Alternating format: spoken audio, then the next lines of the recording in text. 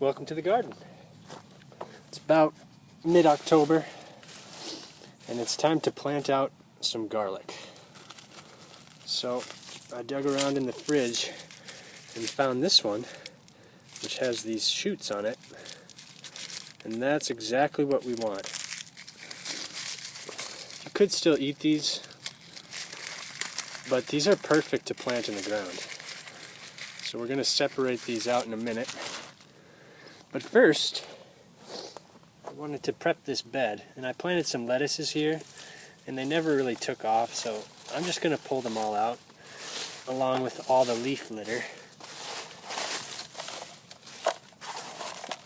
And here we have a couple of potatoes, and I want to see what we have as far as fruit. Ooh, hey, that's not a bad size. Check that out. So I'm going to dig around and see what else we can find. Oh my goodness, look at these. These are actually decent size. I did not expect any of that. But these plants are looking actually pretty healthy for this late. They don't have disease. They're still green. We've gotten a few frost, but they haven't died back yet.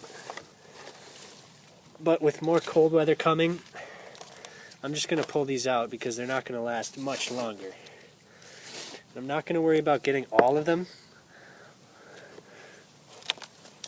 but they're planted in this corner here, so I'm just going to excavate this corner, and the worms are, oh my gosh, coming out of the woodwork. They really like this pot. But here's the roots of our potatoes. And you can see that they come off of the main plant and they start to swell up, and here's a really, really small one here. And then eventually they get this size and just kind of break off from the mother plant. But here, this one is definitely past prime. I mean, this is about when you want to harvest them, maybe a little too late. But they will start to turn yellow, the leaves, and that's when you know they're going to be ready to harvest. Or if they flower, then they're definitely ready. But this is a really great bed for garlic because it's huge. And you want to protect your garlic from frost. That's really important. And here in Minnesota we get a really hard frost. Whoa, look at the shape of this one. Oh, I hit it with the shovel, so I'm going to have to eat this today. That's alright. I love potatoes. Dang, another really huge one. This one had rot in it though. But more than I expected, because I just planted out a weird potato that actually started to sprout in our kitchen. There's a decent one there. But now that we've got a decent hole dug here, I want to plant our garlic about 6 inches down, and hopefully that's going to prevent it from freezing too hard. And I don't want to plant too close to the edge of the pot here because that's also going to be cold. So we're going to go in a ring around 6 inches in and 6 inches apart, 6 inches down. But before that, check out this potato harvest. Not too shabby.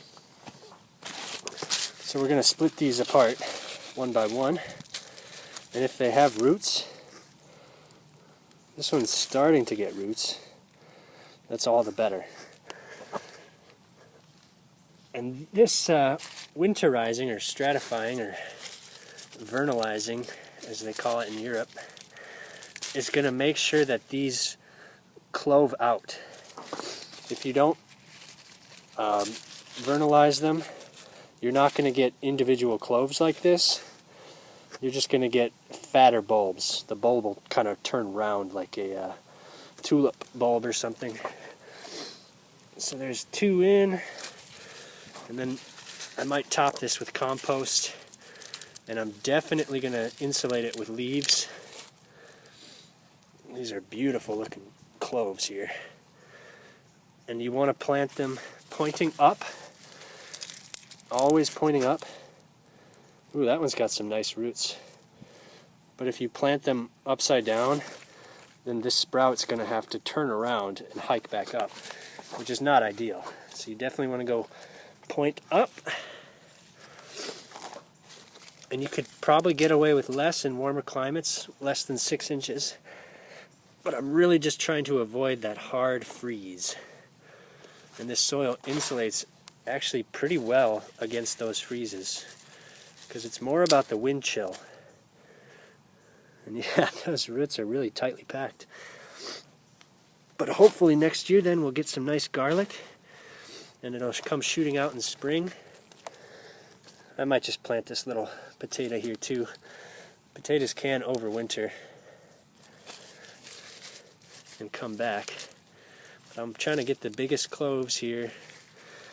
Got a few decisions now because we're down to the scraps. So out of these, you could be tempted to go with this one that's sprouting, but I'm actually going to pick the larger one that's barely sprouting here. And this one too that's not really doing much, but it's more about the size of the clove than the development of the greens. But I think we can fit 2 more in here, and then we'll call it a day. So there we have it. Just going to level this off, and then we'll insulate with leaves later.